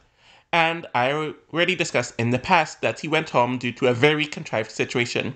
And on World Tour, he continued with this positionality as well, where he was really in the perfect position. He had someone who was always going to stick with him, though Cody never took advantage of Sierra being a willing soldier for him, so I do dock him for that. And no one was targeting him on that team, and even in the merge that continued. My issue with Cody is that he isn't well-intentioned when it comes to the good positioning and the strategy, which is why I can't put him too high. But in general, I'm just going to refer to my old commentary.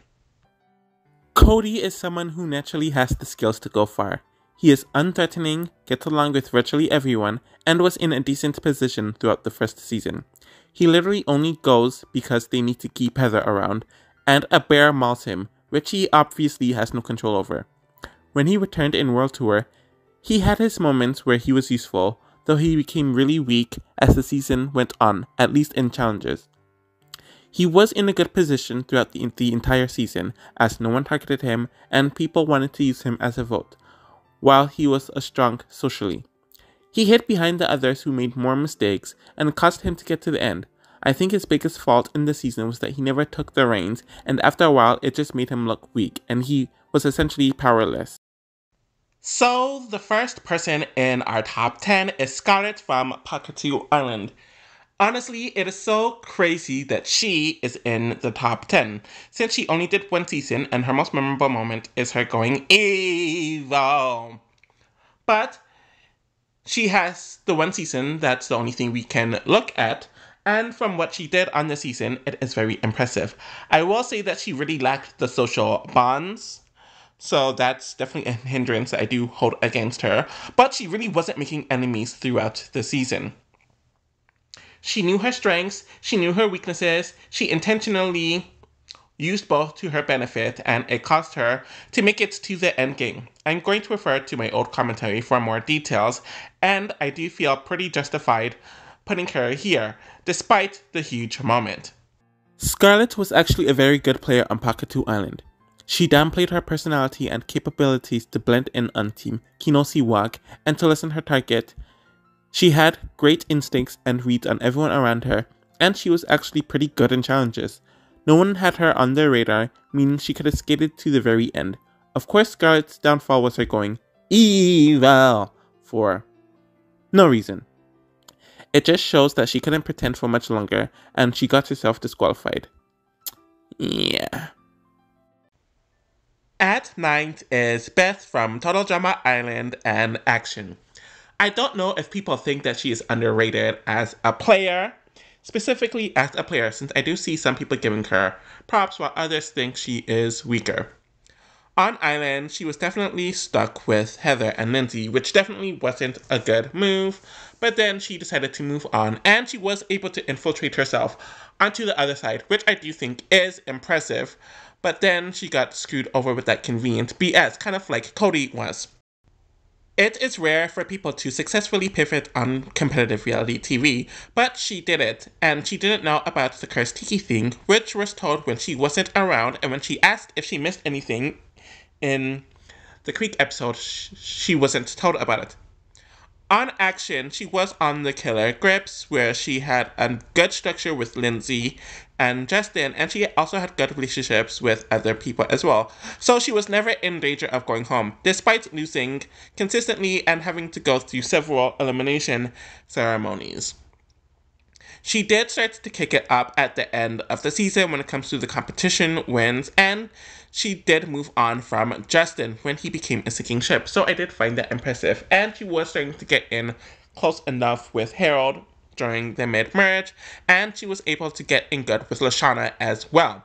So she was able to gain allies, and as we saw in the end, she had a very good social game, and she knew things about everyone, which is a very good trait to have. I do feel like Beth was a bit more intentional than the others, and I don't really see many, or I think she has very minimal flaws.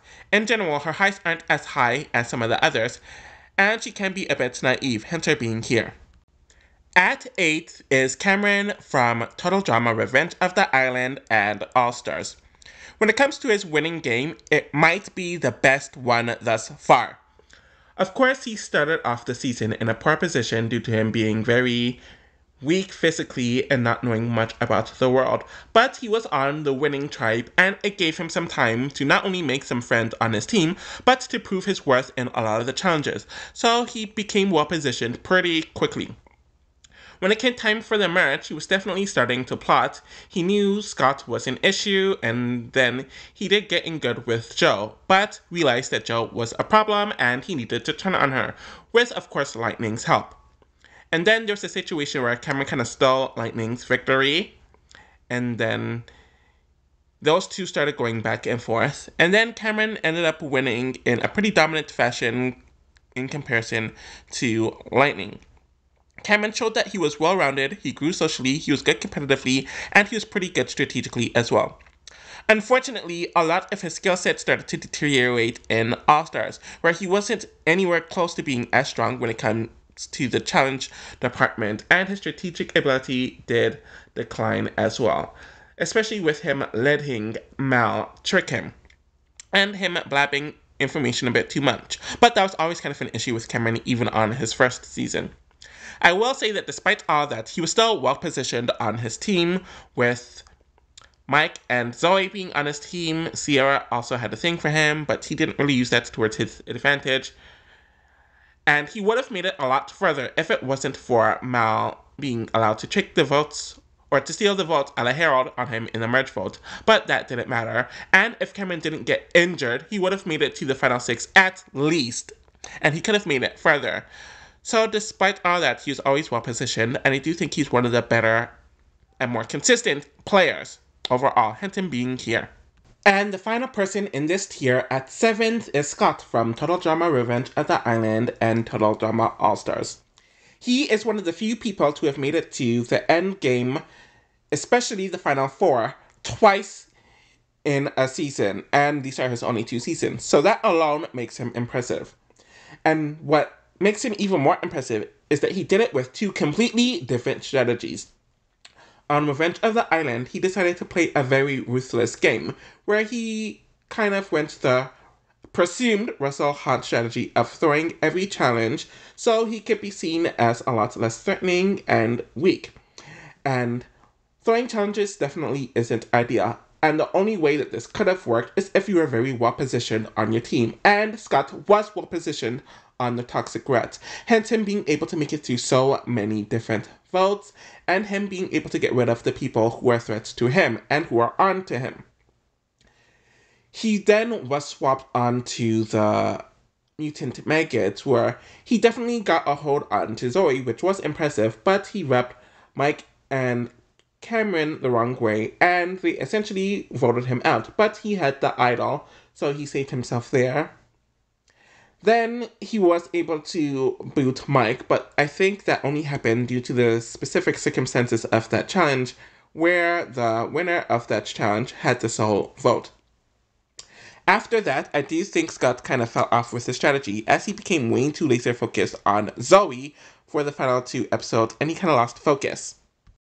On All Stars, he took a much different approach, as he was a lot more agreeable, he was nicer, and he was less threatening, which caused people to not see him as a threat, but it wasn't intentional on his part. Obviously, he got close to Courtney, who definitely had some leeway throughout the season, and he didn't really need to win any challenges, and he played a very under-the-radar game, which definitely took him to the end. I do fault him for booting Courtney, since she is the only person who wanted to take him to the final 2. And having someone want to take you to the final 2, no matter what their intentions were, is a good thing. If he just beat her in the final 2, he would have won the entire season. But he kind of let himself get tricked, and I do give him props for regretting that move, but he still did it, and it was too late, to the point where he was booted in 3rd, and it was kind of his fault. Scott was able to do 2 different strategies and make it to the end, which is impressive, and he showed that he is multifaceted, even though he tends to drop the ball when he gets near the finish line.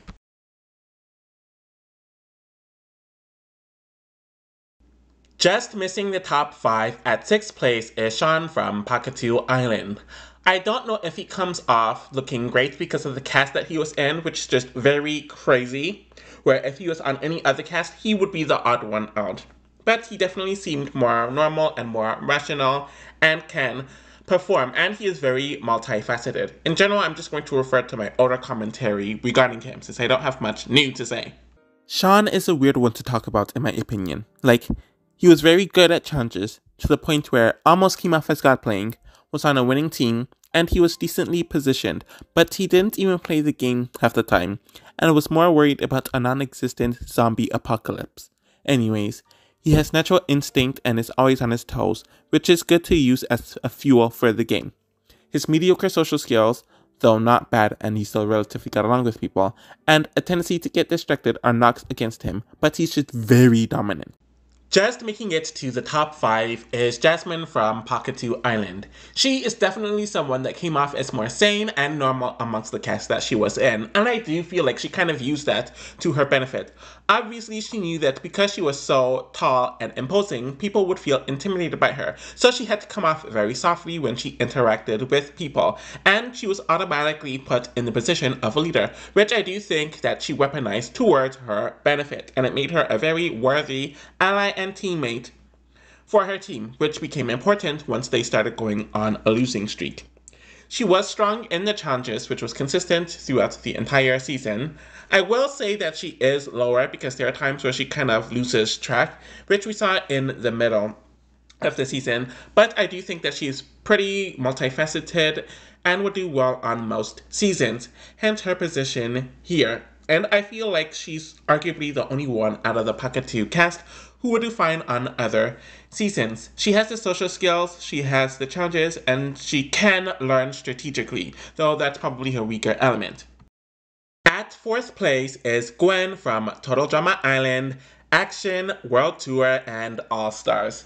She is someone that I was debating about whether I should put lower or higher, since compared to some of the others who are above her, she has done a lot more seasons, and that could be used as an argument for her to do better, since that shows consistency. But on the other end, we saw a lot more of her faults in her many other seasons, which could also be a negative. And I think for Gwen, her social skills definitely improved, but there are definitely some holes there. And strategically, she has her moments where she's definitely blinded by her relationships overall. And just compared to some of the others, she really isn't as consistent. So that's why she is here. I'm going to refer to my old commentary about her.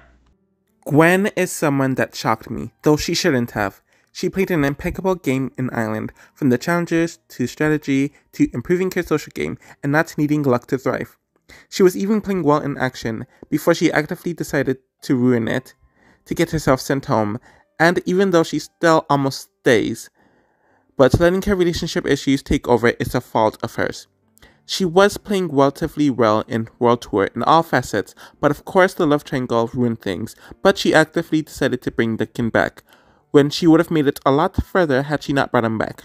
And she was strong in All-Stars, with her ability to blend in, work on her social game to make new connections, and positioned herself well. Gwen has her faults, but she's never played poorly overall if you look at what she did in each of her seasons.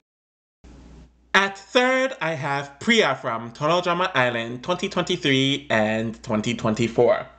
I was iffy about whether I should put her at third or higher.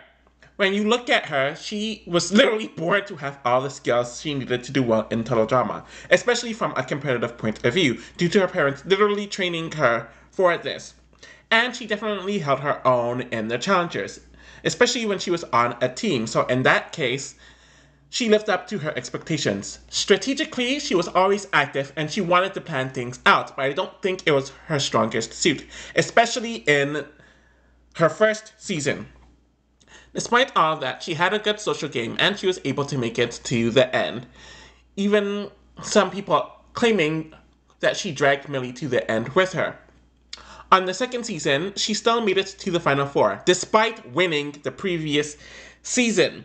She got into a showmance with Caleb, and he was also a powerful player on his own right. They really weren't targeted for a majority of the season. She won her challenges here and there, and she definitely had to play a lot more defensively, especially when Julia got her hooks in to Caleb. Priya was literally about to make it to the finals yet again, but Julia had the idol that she was allowed to steal from Damien, and that's the only reason why Priya went out. I do think that in general she's a bit sloppier compared to the top two, especially the person who I have as second.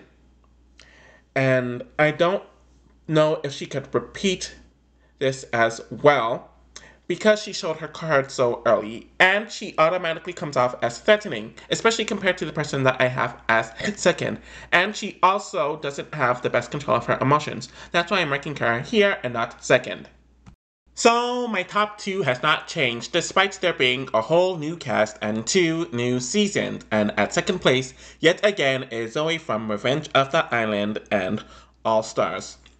I feel like her skill set, especially compared to Priya, is more natural, especially when it comes to her social skills and her making friends with almost any and everyone, to the point where they like her, they want to work with her, and they want to protect her. And that's just something that you really can't create. That's a natural instinct. And that even despite her being someone who's a small town girl. She knows how to position herself very well without being overtly strategic or needing to make a bunch of moves. And one thing that I will give her credit for is that we actually did see her learn and improve. Challenges weren't her strong suit on her first season, but she went out of her way to improve on her physicality so she could learn to be better while maintaining the skills that she has, which is what we saw in All Stars. In general, I'm just going to refer to my old commentary. Zoe making it to the final 3 in both of her seasons are very impressive, and the fact that she never needed luck, conveniences, or plot armor to get there just proves that she really is skilled at this game. In Revenge of the Island, she was on a winning team. Even during the 1 to 2 times the meet makers lost, she was never in a position where she was going to go home or in danger. Zoe became very laser focused on getting Scott out, and while it was a good move, she ignored all the other stuff that was happening at the time. She did improve on her challenge ability in All Stars, as it was not a strong suit for her in her first season, and she was still in a good position for the entire season. Even when people wanted her out, they couldn't do anything about it. She didn't need to make a bunch of big moves, and her good social game protected her as well. My main thing against her is that she isn't very strategic, but I guess she never needed to be, since being overtly strategic doesn't work for many people, hence why some of those people are lower on this list. Unshockingly, my number 1 goes to Duncan, and he was there from my last list, and he's still here now. So on Island, I do think he played a very good game. He obviously had good relationships with people like Jeff and DJ, and they also had the connections to people like Courtney and Bridget. So Ducky was essentially safe the entire time he was on the Killer Bass, and he was arguably the strongest performer on the team. So there was really no need or reason to get rid of him, especially when he was one of their strongest performers. Entering the merge, he kept his relationships with some other guys, and it seemed like he was getting in good with some of the other guys, especially Owen, which caused for the guys' alliance to be made around the final 10, where he essentially masterminded the boot of Bridget, which not only weakened Jeff, but also weakened the other side that was forming with Lashana, Gwen, and Bridget. I will say that he got a bit sloppy here, since I do think he mishandled Jeff after that. But he definitely gotten good with Heather during the mid-merge, and that was a smart idea since they were some of the more threatening and bolder people in the game. And then he made it to the final 4, where he was booted due to Chef Hatchet's BS. Overall, it's a very strong game. In action, he was on a winning team, which is the Screaming Gaffers. He had his relationship with Gwen. He was obviously close to DJ, so he should be safe, and he was safe for a lot of that round. He had his conflict with Harold, but Harold's partner, Lashana, wanted to work with him, so she wasn't going to vote him out. And throughout this entire period of the season, Duncan was safe. I will say that his game got worse when Courtney came in, because not only did she build a bigger target on him, because in the merge, they couldn't vote for Courtney, so they voted for Duncan. And he made it through those votes with little to nothing of his own doing, with the exception being the Lashana vote. He did create the guys thing during the merge round, but he kind of mishandled Justin, and then Harold went his own way as well. His merge was definitely a bit rocky, though it was mainly due to Courtney, but he did make it to the end yet again. Duncan asked to quit on World Tour, and then when he came back, he would have been booted as soon as he came back, but Chris decided to keep him due to ratings. So I definitely do dock him for his third season appearance. But after that, I do think that he maneuvers himself pretty well. He managed to get Alejandro to keep him during the Tyler vote, and then he started working on Owen to realize that they need to turn on Alejandro. But he still worked with Alejandro here and there, because that was a lifeline, and he didn't have the numbers to get rid of Alejandro. Duncan did get a bit too laser focused on getting rid of Courtney during the merge, and essentially he got outplayed after that. On All Stars, it seemed like he was in a pretty solid position on the villains team, and he really gave no one a reason to target him. And then when he switched over, he got in good with people like Zoe, who had a lot of power on her team, and it seemed like he was really being embraced on that team. Then it came to the merge, where he decided to blow up the mansion, and then he got DQ'd due to him getting arrested. But at the same time, I think he would have been gone sooner than later anyways. Overall, his first 2 seasons were very strong, and while his last 2 seasons weren't as strong, there are still some positives there. In general, I do think Duncan is the most multifaceted player, as he gets the strategy, as he gets the maneuvering and the positionality, as he gets the competitiveness and performing well in it as well. So, yeah, he's still at the top. Alrighty, so I was not expecting this to be almost 3 times longer and over an hour longer than my first complete TD Game Players tier ranking, but I guess it makes sense since we got a whole new cast. I've got 2 seasons worth of that cast to analyze, and I wanted to add some additional commentary on the prior 6 seasons and the prior 3 casts. So I guess that makes sense. There were some changes pertaining to my order list, but there wasn't a whole lot. Anyways, this was very interesting to look at about 3 years later, and with a whole new set of eyes and with a whole new cast. If there is another season, it'll be interesting to see how things change. But in general, I'm very proud with my list. I've been working on this for so many months, but I just didn't have the time to record it, but I'm glad that I have it done and I can check it off my list. Looking at the tiers, this all kind of makes sense. I hope you all enjoyed this. I'm thinking that I will do more Total Drama content a bit more again, especially since I have to rank the 2 reboot seasons with where I placed the other 6 seasons when it comes to the seasons rankings, and I'll do more of that type of stuff. It'll be interesting to look at. Thank you all for watching, and I'll be back with more content soon. Bye!